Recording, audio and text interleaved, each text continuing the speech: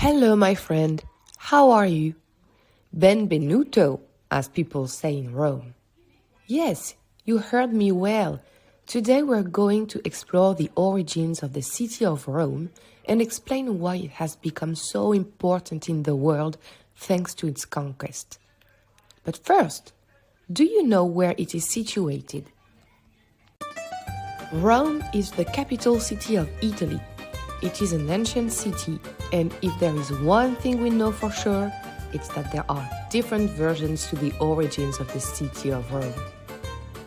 Look at these two little boys under the she-wolf.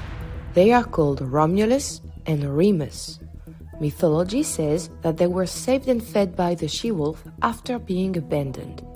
Romulus and Remus are said to be the sons of the god named Mars.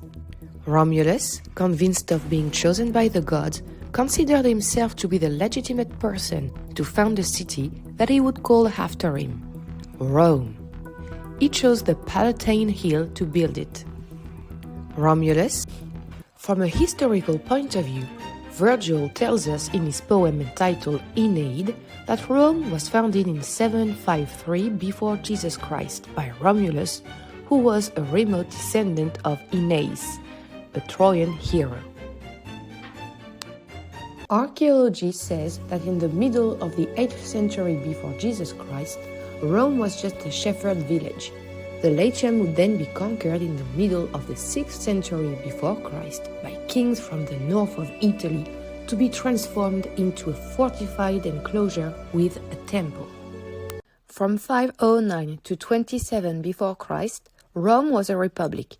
An oligarchy was put in place, which means that power was owned by a minority of rich men called patricians.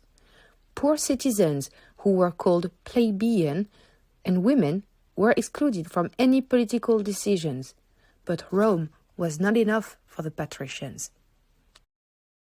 All along the Republic's existence, after many conflicts and wars, Rome expanded its territory to the point of having a quarter of the world's population under its domination. This period is called Roman conquest. It started by the control of Italy and continued with the conquest of the Mediterranean basin, where Romans were hurt by their biggest enemy at the time, Carthage.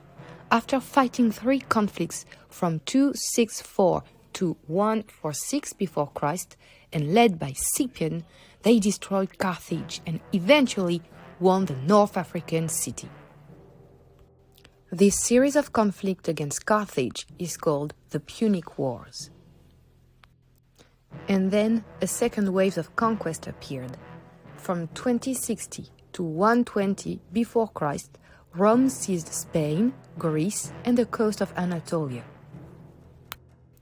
Decades before the end of the Republic, Romans expanded their territory inside the continents. From Gaul in the north to Actium in Egypt, the last territories conquered by Julius Caesar and Octavius for Rome were major victories to foster the Roman Empire. While conquering new territories, Rome had witnessed many changes in the life of its citizens. The richest ones made fortune by selling prisoners from the conquered territory as slaves. They adopted the luxurious lifestyle from Orient.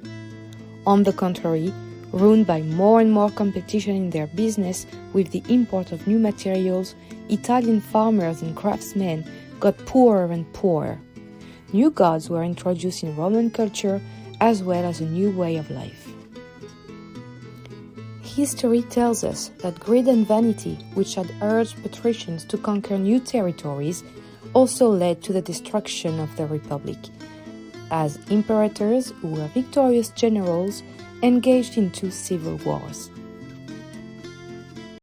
But Roman conquest didn't stop when the Republic ended. Great Britain wasn't aware of its fate at that moment. And though we can say that Romans were pioneers in the territory conquest policy, we can also say that they managed to bring their culture wherever they expanded. Their architecture, philosophy, and language have influenced the following society. Enjoy the rest of your day, and remember this proverb: when in Rome, do as the Romans do. Bye!